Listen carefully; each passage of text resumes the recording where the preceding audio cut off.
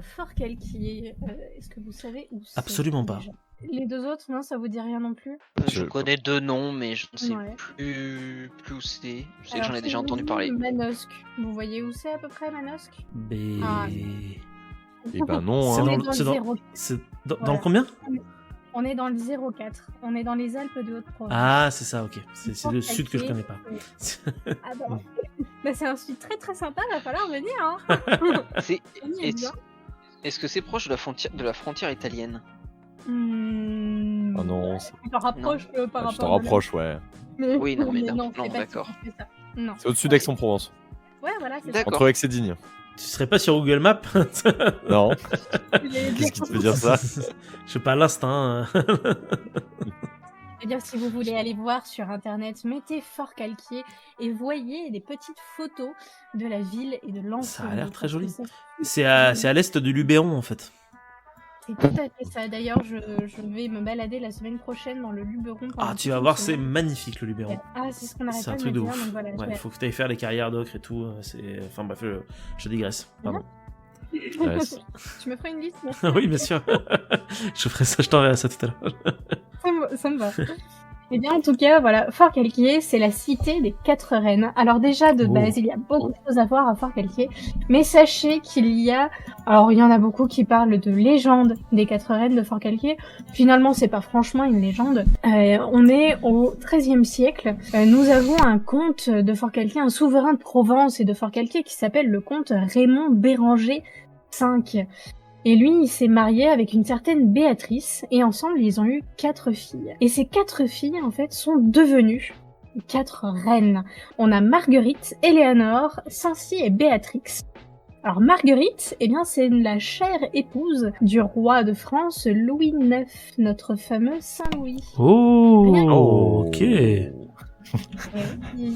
Ensuite, nous avons Éléonore. Éléonore, elle a épousé en 1235, Henri III, roi d'Angleterre. Ensuite, on a Sancy, qui elle a épousé en 1242 à Westminster Richard, le comte de Cornouailles, qui Ok. devient ensuite roi des Romains, empereur d'Allemagne. Ah ouais, quand même. Quand même. Pas rien. Et la dernière, c'est Béatrix, qui elle va se marier en 1246 à Charles Ier d'Anjou, qui est purement et simplement le frère de Saint-Louis. Ok, oui. d'accord. Voilà, donc on a déjà un petit panel historique fort sympathique. Et d'un point de vue historique et architectural, Architectural. nous avons la citadelle de Fort Calquier. Donc, Ok. si vous Elle est êtes très jolie. Elle est perchée, là. Voilà, C'est magnifique, ouais. très joli. Dessus du vieux Fort Calquier, c'est une petite balade. Ça monte, mais c'est pas si terrible que ça. Ce qui est intéressant d'aller voir en fait à cette citadelle, alors déjà elle est toute petite. Si vous pouvez y entrer, c'est plus l'après-midi, histoire de choper le gardien de la citadelle et lui demander d'ouvrir et de voir à l'intérieur. J'ai eu la chance, il y a un mois, de pouvoir rentrer dans cette citadelle avec une famille qui chantait à l'intérieur. C'était magnifique. En plus, avec un coucher de soleil, donc le coucher de soleil qui passait par les vitraux. C'était beau. C'était très sympa, sachant que Fort Calquier, j'y vais depuis que je suis toute petite. Ok. Et je crois que c'est la première fois que je suis rentrée dans la citadelle. Voilà, il a fallu que j'attende 28 ans pour rentrer dans cette fameuse citadelle. Mais c'est fait maintenant. C'est fait. Et juste done. la citadelle, je sais pas si vous voyez sur les photos, mais il y a un carillon. Alors, suivant les photos que vous avez peut-être soit Ah oui. l'ancien carillon, soit le nouveau, qui est un tout à fait contemporain, qui a été changé il y a quelques années, complètement restauré. Les cloches portent les noms de toutes les personnes qui ont contribué financièrement à refaire ce carillon. Le carillon, en fait, c'est traditionnel à Fort Calquier. C'est tous les Fort Calquierains, Fort Calquieraines ont participé à refaire ce carillon. Ok. Parce que tous les lundis, au marché de Fort Calquier, qui est l'un des plus grands marchés de France, il y a le carillon qui chante. Attends, on peut Et ça, l'écouter? Je vous mets un lien dans le Discord. Elle a trouvé? Ouais, j'en ai Oui, trouvé un. Regardez, hop. c'est génial. J'ai quelqu'un qui joue du carillon. Hop. Ouais, c'est ça. C'est chouette, hein. Mm. Ça fonctionne vraiment comme un orgue, en fait. C'est des espèces de palettes. Ouais. Et ça, en fait, le carillon, vous l'entendez de partout dans la ville. Ah ouais? Quand il joue, vous l'entendez de partout. Je suis chez ma grand-mère, je l'entends. On est dans la montagne en face, tu l'entends. On est au pied pendant le marché, tu l'entends, tu l'entends de partout. Ok. Et tous les Fort Calcairiennes qui sont là, pour eux, la citadelle et le carillon, c'est au-delà d'emblématique, comment dire, c'est une identité. C'est leur identité. Et c'est pour ça en fait qu'il y a ce nouveau carillon qui est arrivé il y a quelques années. Les cloches sont arrivées sur un canyon parce qu'il fallait refaire la fonte des cloches, etc. Ça a été, mais limite la flamme olympique, tu vois, qui venait d'arriver à Fort Calquier. Ouais. Même quelque chose. Voilà, on avait reçu un petit papier dans la boîte aux lettres pour dire attention, ce jour-là, il y a les cloches qui arrivent. Ouais, Ok. Ouais. voilà. Donc ça, c'est une partie de Fort Calquier et pas des moindres. Mais il y a d'autres choses aussi à voir avec Fort Calquier. Il n'y a pas que ça. Donc certes, tu as la balade pour aller jusqu'à la citadelle. En plus de ça, la vue sur la ville et les montagnes environnantes est magnifique. Mais on a aussi le couvent des Cordeliers. Le couvent des Cordeliers et son superbe jardin. On a un endroit juste à côté justement du couvent des Cordeliers et à l'intérieur, il y a le musée Artemisia. Le musée Artemisia, il est en lien avec l'université européenne des senteurs et des saveurs de Fort Calquier. Il y a des choses super sympas à Fort Cal et sachant pour la petite anecdote que c'est c'est une des villes qui n'a aucun feu. Je veux dire, il y a pas de feu rouge, feu vert pour les voitures. Tu n'as aucun feu. Nada. Ouais, je sais. Ouais. Et ça, c'est un truc. Si jamais il y a un maire qui met un feu, à mon avis, toute la ville est mise à feu et à sang. C'est le truc qui n'a jamais existé à Fort Cal. Fort Calquier, vous avez aussi la librairie de la Carline, parce que c'est une librairie qui est fort sympathique, juste à côté du musée Artemisia. Vraiment, on fait tout à pied quand on est à Fort Calquier. On pose la voiture quelque part et on fait tout à pied. On est tranquille, c'est très sympathique. Et on a alors ça, je sais plus comment elle s'appelle par contre. C'est une biscuiterie, la biscuiterie de Fort Calquier, qui est très connue aussi, plutôt à l'extérieur d'ailleurs que de Fort Calquier. Vous pouvez la trouver sur internet si vous voulez. Et on y mange des bons gâteaux à l'amande. Cool. Yes. Qu'est-ce qu'on a? On a des super chefs pâtissiers, on a des super bons glaciers, mais c'est le côté bouffe, donc vous me connaissez, c'est normal. Mais on a un bon pâtissier que j'ai testé samedi. Ça fait 1 an et demi qu'il s'est posé à Fort Calquier, mais je l'ai découvert que là. Et on est plutôt sur des desserts du style gastronomique en fait. Ok. Avec des mélanges assez surprenants et explosifs en bouche. Très très sympa. Tu peux même t'installer en mode salon de thé pour boire ton petit thé et manger ton petit gâteau. Voilà, t'es bien, t'es tranquille. Qu'est-ce que j'allais dire? Sinon, aux alentours, nous avons Man. Et alors, Man, on a un château aussi qui malheureusement n'est pas visitable puisqu'il est privé. Néanmoins, pas bien loin, on a aussi un château privé mais qu'il est possible de visiter quasiment tous les jours, arriver à 15h au château. C'est le château de Sauvant. Et le château de Sauvant, là pour le coup, j'y vais depuis que je suis dans le ventre de ma mère. Ouais, ok. Mais j'y vais très très souvent. J'y suis très souvent allée quand j'étais petite. Depuis que je suis grande, entre guillemets, une grande adulte, une grande enfant. J'y vais au moins une fois tous les 2 ans. Voilà. Okay. On est sur un château, alors qu'on appelle aussi le Petit Trianon de Provence. Ok. Voilà, un château du XVIIIe siècle. Mais ça, j'en parlerai par contre dans un autre épisode. Okay. Parce que on peut franchement y consacrer un petit épisode de podcast. Du teasing, donc. Ok. Ouais, petit teasing avec Madame de Forbin. Il y a une histoire fort intéressante avec notre chère Marie-Antoinette. Je n'irai pas plus loin. Ok. Voilà. Man, vous y trouverez aussi les fameux parfums de Colline de Provence, qui sont très reconnus aussi, qu'on trouve de tout.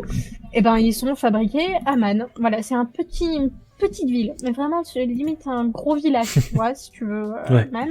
Et ben, tu as cette fabrique qui est là, qui ne gêne pas forcément. D'ailleurs, d'un point de vue visuel, en pleine campagne, ça va.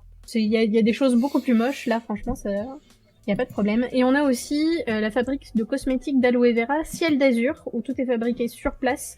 Je sais pas si c'est visitable, ça me plairait bien parce qu'il y a quelques cerfs qui sont aux alentours. Mais voilà, c'est tout à fait possible d'aller là-bas. Côté bouffe, Amman, vous avez un restaurant incroyable qui s'appelle la Reine des Prés. J'ai mangé ma meilleure crème brûlée de toute ma vie. Oh, Voilà. ok. Et pourtant, j'adore les crèmes brûlées, j'en ai mangé quand même pas mal. Mais alors, celle-ci, elle est faite justement à la Reine des Prés. Elle est incroyable. Voilà, elle est... Pour faire court, la première fois que je suis allée à ce restaurant-là, on avait bien mangé quand même, entrée, plat, dessert. Je me suis servi un deuxième dessert. Une deuxième fois, une crème brûlée. J'ai mangé 2 fois le même dessert. Mais elle était trop bonne. Donc, voilà. Donc, bizarrement, la deuxième fois, on s'est souvenu de moi. Je suis retournée. On m'a dit le dessert crème brûlée. Oui, merci. Si, après, on a pas loin de Forcalquier. Ouais, quoique, pas loin. Pour celle-là, on est plutôt à 40 minutes. Il y a le village de Banon. Alors là, on est plutôt sur un petit village dans la colline. Pour y aller, la route zigzague un peu. On passe par les rochers d'Angle, justement. Et à Banon, il y a une maison librairie qui s'appelle Le Bleuet. Vous pouvez aller regarder sur internet, vous mettez Le Bleuet librairie, et c'est trop mignon. C'est une maison qui a été réadaptée en librairie. Donc jusqu'au grenier. C'est une librairie. Alors au grenier, je crois que vous avez tout ce qui est architecture, etc. Ok. C'est très sympathique. J'avoue, elle est classe de ouf, hein. Mais oui, elle est trop jolie. Et puis il y a une sculpture de bouquins en bois devant. Ouais, devant. Ouais, j'adore aller là-bas. À Oraison, on est plutôt à 20 minutes de Forcalquier. On a une confiserie-chocolaterie. Et alors voilà, elle s'appelle François Doucet. Et celle-ci de chocolaterie est très sympathique aussi. Il y a plein de choses très sympathiques. Voilà, je me répète, mais on vit bien par là. Moi, je vais rester là d'ailleurs. Je vais rester là. Il y a de la bouffe, de la culture. Moi, ça me va. C'est ce qu'il faut pour vivre. Et alors Villeneuve, par contre, par rapport à Forcalquier, je ne sais pas où ça se trouve. C'est pas si loin non plus. Mais nous avons la fabrique de Terre d'Oc Haute-Provence, née du talent des femmes, qui est une fabrique de thé que vous pouvez retrouver. Alors, dans le Gard, j'en ai pas trop vu. J'en ai vu quelques-uns, mais sans plus de ces thés-là. Mais par contre, dans les Alpes de Haute-Provence, vous le voyez de partout. Vous mettez Terre d'Oc, ne serait-ce que sur Internet. Vous les trouvez très facilement. Et en fait, ça part d'une initiative uniquement féminine. Et je tiens à préciser que le thé fleur d'oranger est absolument incroyable. Voilà. J'en ai bu d'autres aussi, mais alors celui-là, il est rond, il est doux. Et on sent bien la fleur d'oranger sans que ça vous écorche le palais non plus. Donc j'ai envie de dire, c'est très sympathique. Ce sera le mot de cette chronique, c'est très sympathique. Ah, je suis désolée. Répéter, c'était n'importe quoi. Forcalquier, j'y vais depuis des années puisque c'est familial en fait, simplement, c'est très familial. Donc à chaque fois que j'y vais, je vois et ma famille et je me régale à faire toujours mon tour, que ce soit du marché le lundi ou du marché des artisans le jeudi. Oui, parce qu'il y a le marché des artisans, le marché des petits producteurs. On a... Ah bah tiens, une autre anecdote aussi. Vous connaissez Castaner? Ça vous dit quelque chose? Bien sûr. J'imagine. Ouais. Moi, ça me dit rien. Ça te dit rien? Ça doit Mais pas être quelqu'un d'important. Non, ministre de l'Intérieur. Oui, ministre de l'Intérieur. Eh bien, il a été maire de Forcalquier. Ah, bah si ça donne pas envie d'aller à Forcalquier, moi je sais pas ce qu'il vous faut. Hein.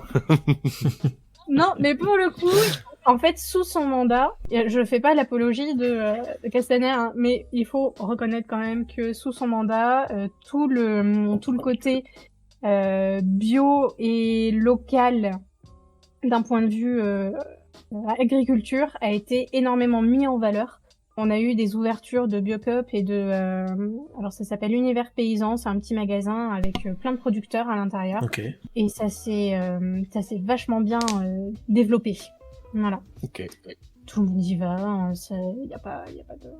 Par contre, je me souviens de Castaner en sortant d'un mariage sur son scooter et puis la petite cravate au vent. Voilà. Sur un scooter. What? Mais c'est là-dessus qu'il fallait que tu fasses une chronique. Il fallait terminer en fait l'épisode là. C'est ça, exactement, sur Castaner en scooter. Je vous laisse là-dessus. Terminer ta chronique, certes, et on t'en remercie bien évidemment, Roman. Voilà. Si ce petit instant passé en notre compagnie vous a plu et que vous avez envie d'en passer d'autres avec nous, eh bien n'hésitez pas à vous abonner, mettre un petit pouce bleu, partager la vidéo ou encore nous suivre sur les réseaux sociaux. Sachez que vous pouvez aussi écouter cet épisode dans son entièreté et pour cela vous n'avez qu'à vous rendre dans la description de la vidéo. Je vous dis à très bientôt pour à nouveau écouter un petit peu de tout et surtout un petit peu de rien.